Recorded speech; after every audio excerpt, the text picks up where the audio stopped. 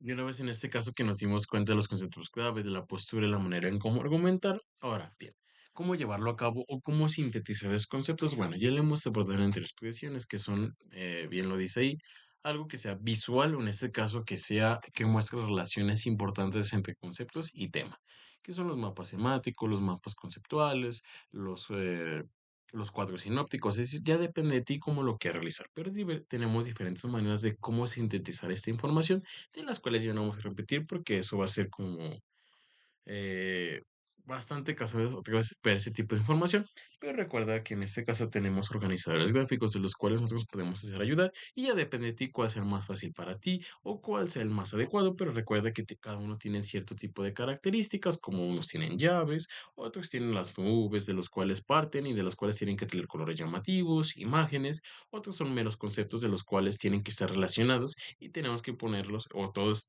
En este caso, la información va de la más va jerarquizada, es decir, de la más importante a la menos importante, y que realmente esos conceptos guarden relación en toda la temática, cuestionan conceptos importantes y relevantes.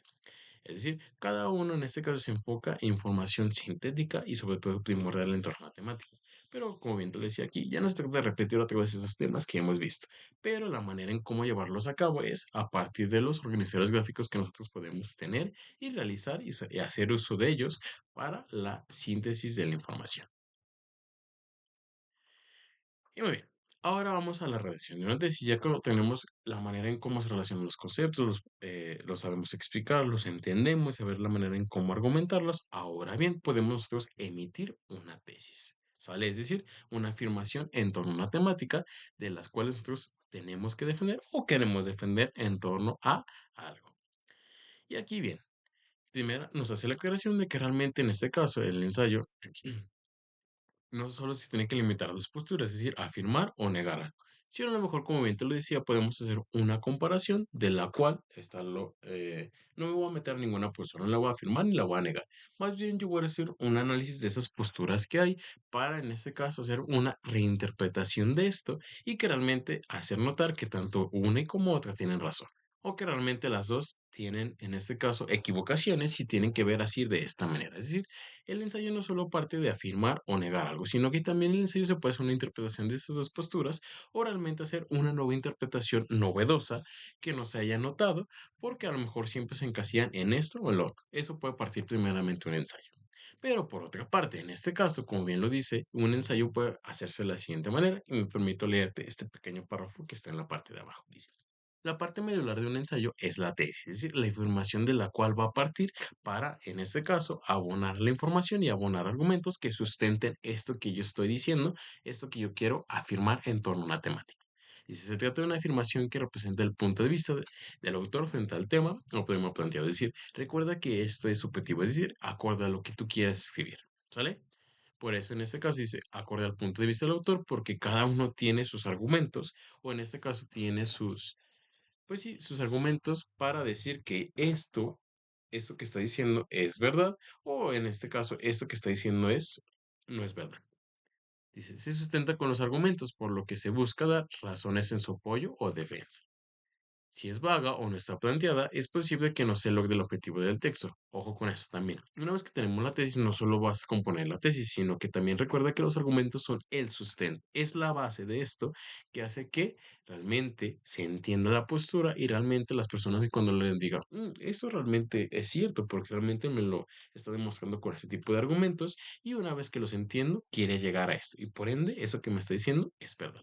Es por eso importante, más allá de encontrar la afirmación, encontrar la información, es saber explicarla y el saber explicarla dentro de un ensayo es con base a los argumentos. Y como bien lo vamos a ver un poco más adelante, te voy a enseñar la manera en cómo puedes argumentar en torno a tu temática. Y en este caso también nos dice lo siguiente, dice, al enfocar el asunto y conocerlo ampliamente se puede hacer una declaración convincente de teoría específica, como te le decía.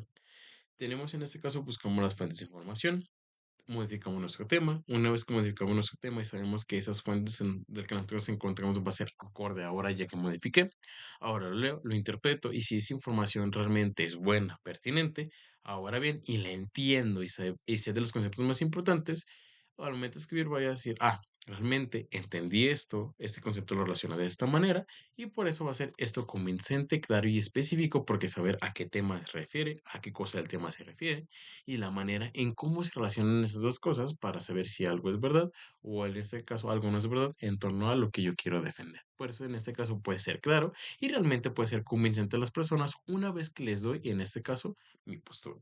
Y por ejemplo, ahí dice, por ejemplo, si el tema seleccionado son las energías renovables, el objetivo no se debe centrar en explicar qué son.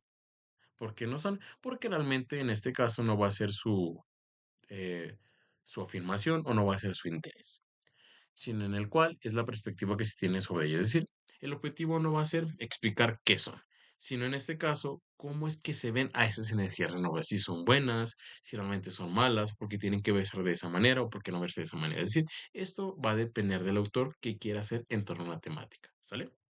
Por eso dice, sino en cuál es la perspectiva que se tienen de este, es decir, cómo se ven esas energías. Se puede decir que el uso de las energías renovables contribuye de manera considerable en la reducción del calentamiento global, por citar un ejemplo. Si te fijas, ahí en este caso la perspectiva o la tesis que se pretende defender es afirmar que las energías renovables, en este caso, hacen una reducción del calentamiento global. Ahí estoy afirmando que realmente, si lo podemos decir así o si lo leemos entre líneas o lo interpretamos, que en este caso las energías renovables no contaminan al planeta, sino que al contrario, abonan. Es decir, aquí se está haciendo una interpretación en torno a lo que yo quiero defender, estoy haciendo una tesis. Y para hacerla es importante lo siguiente, como bien lo dice ahí, dice, las tesis en este caso deben centrarse en dos elementos muy importantes o en dos cosas. La temática, es decir, del tema del que yo voy a hablar, y la afirmación, si la voy a afirmar en torno a algo positivo o afirmar algo negativo. Nótese que la afirmación no es una simple opinión, sino que muestra una postura clara, es una convicción de que se tiene sobre el asunto. Es decir, es algo claro que cuando las personas lean digan, ah, a eso se va a referir, y sobre todo en este caso, que muestre una convicción sobre, es decir, que primero muestre, o más bien la persona que la lea, entienda y sepa de lo que vamos a hablar. Y una vez de esto, que realmente esta frase que yo diga, que se esté convencido de lo que yo estoy diciendo, que no estoy titubeando, que no estoy dando, sino que realmente estoy convencido de esto que estoy afirmando a partir de mi tesis.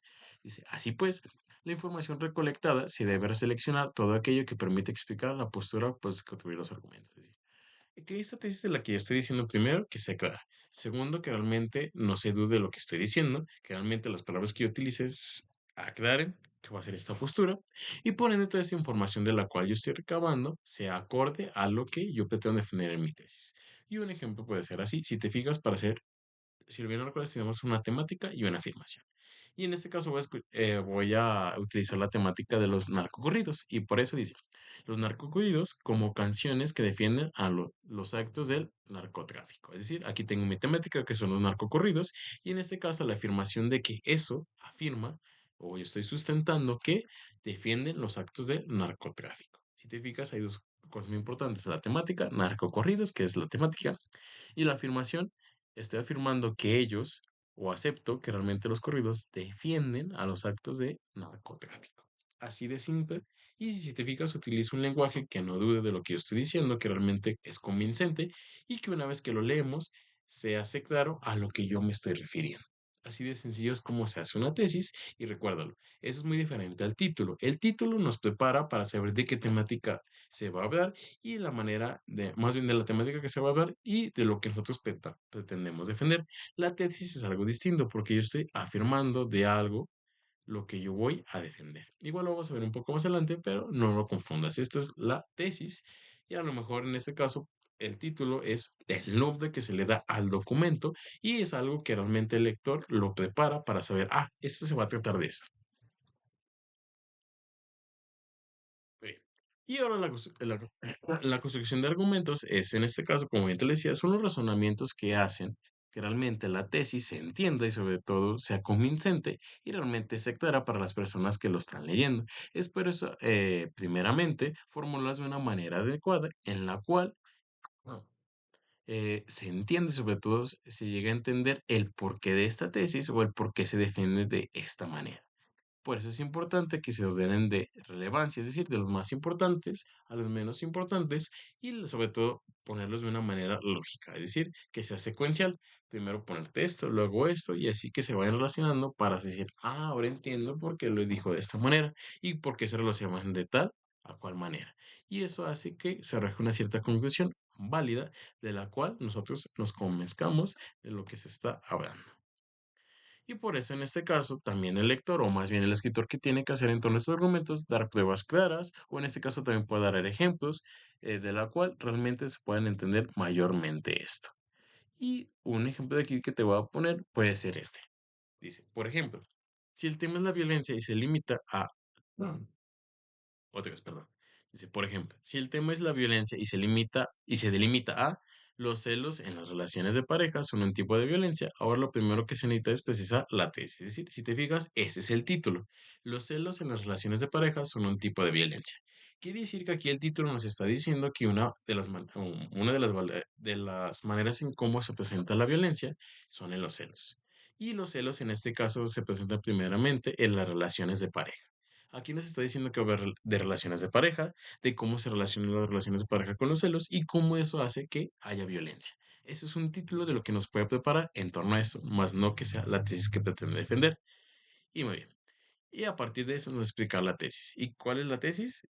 Muy bien, nos dice lo siguiente. La presencia de los celos en la pareja es un indicador temprano de posibles manifestaciones de violencia que pueden manifestarse desde formas sutiles de control y manipulación hasta situaciones extremas como la violencia física y el feminicidio. Es decir, aquí nos está haciendo hincapié de que la violencia puede manifestar de diferentes formas, tanto sutiles como ya en este caso mucho más graves.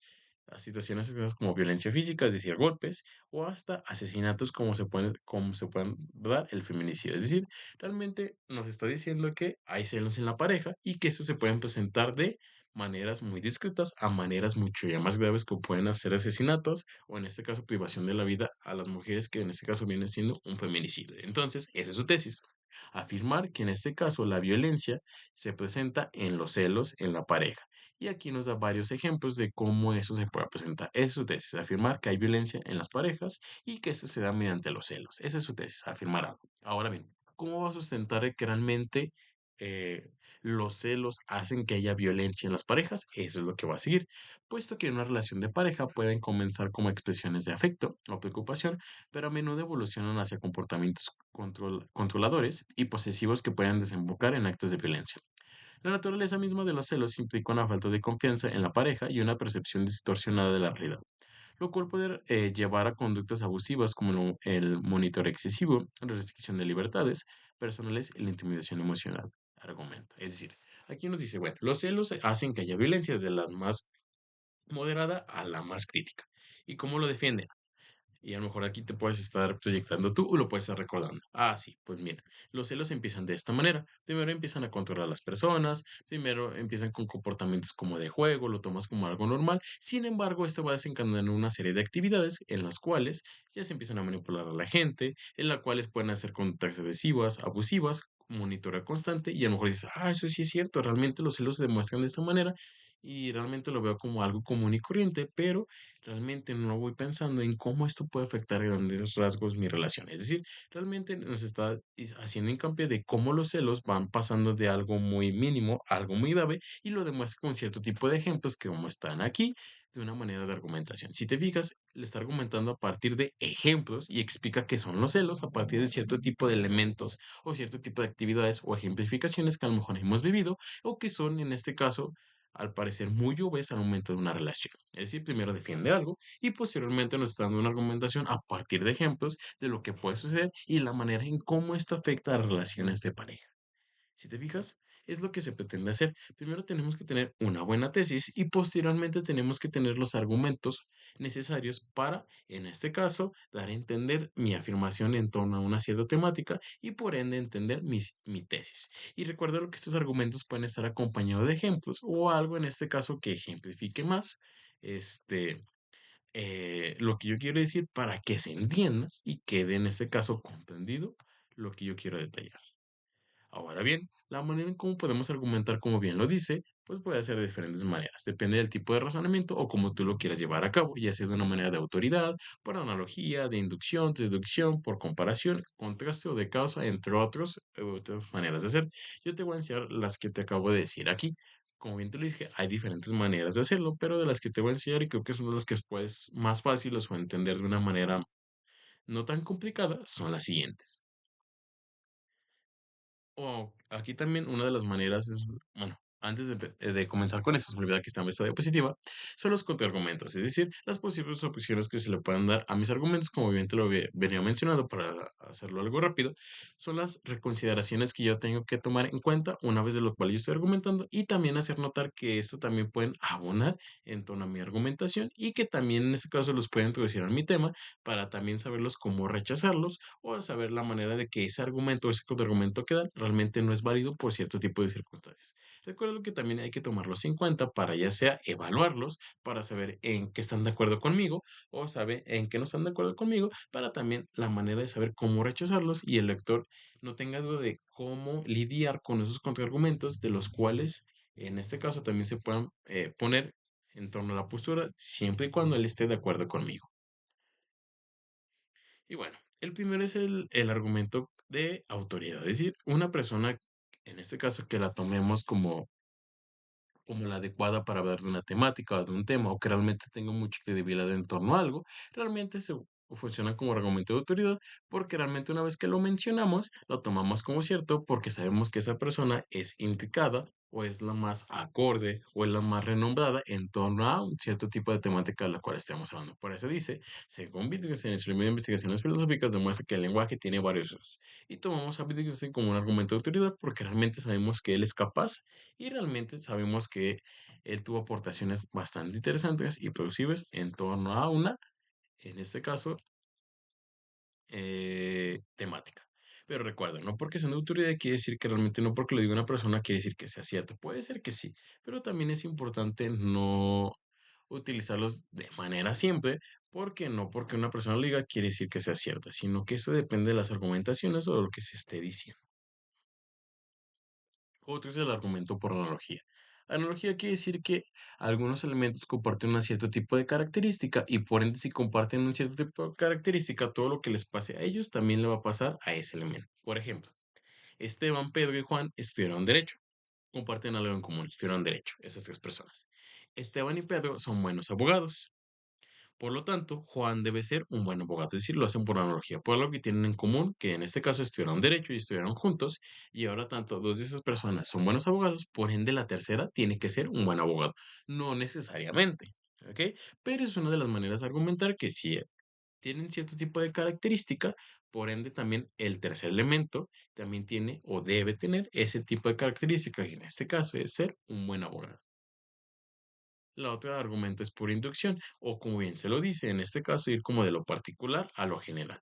Y como bien lo dice, extraer una conclusión a partir de determinadas observaciones o experiencias particulares, los argumentos inductivos parten de una observación y luego generalizan. Como bien te lo decía, obtiene una conclusión basada en la probabilidad y en la intuición. Por ejemplo, tenemos aquí dos premisas. María comió chocolate y le duele la panza. Sandra comió chocolate y le duele la panza. Entonces, por ende, podemos concluir que si tú comes chocolate, te va a doler el estómago. Eso es por inducción, es decir, de algo que vemos particularmente distinto tipo de personas y empezamos a generalizar. O un ejemplo más obvio. eh, él me engañó, él me mintió y por eso podemos decir que todos los hombres son iguales o que todos los hombres mienten. O viceversa, tanto de las mujeres, ¿verdad? Otro es argumento por deducción. En este caso podemos ir de los casos o bueno, más bien, para no confundirme, me repito leerte este, dice, extraer una conclusión, perdón, a partir de las premisas, por su forma lógica, para que el argumento sea válido, si las premisas son verdaderas, su conclusión también tiene que ser. Dice, así los argumentos deductivos poseen una base lógica, su conclusión está contenida en la información de las premisas. Es decir, a partir de lo que nosotros tengamos en las premisas, si tenemos premisas verdaderas, por ende la conclusión tiene que ser necesariamente verdadera. Es decir, esas deducciones parten de lo que se dé propiamente o lo que se diciendo las premisas y a partir de ahí vamos a concluir un argumento. Por ejemplo, los perros ladran. Premisa 2, Jacobo es un perro. Si te fijas aquí, los perros ladran. Muy bien. Y Jaco, perdón, Jaco, no Jacobo. Jaco es un perro. Si te fijas aquí, tienen algo en común, los perros y perros. Jaco es un perro y en este caso los perros ladran, por lo tanto, Jaco ladra. ¿Por qué? Porque Jaco es un perro y los perros ladran, por ende, Jaco ladra. Si te fijas, es algo que se deduce a partir de la información que nosotros tenemos en las premisas, ¿sale? Y es algo que, la manera en cómo se puede dar, contenido que nosotros tenemos ahí y lo único que necesitamos es sintetizar esta información. Y el último en este caso es argumento por comparación.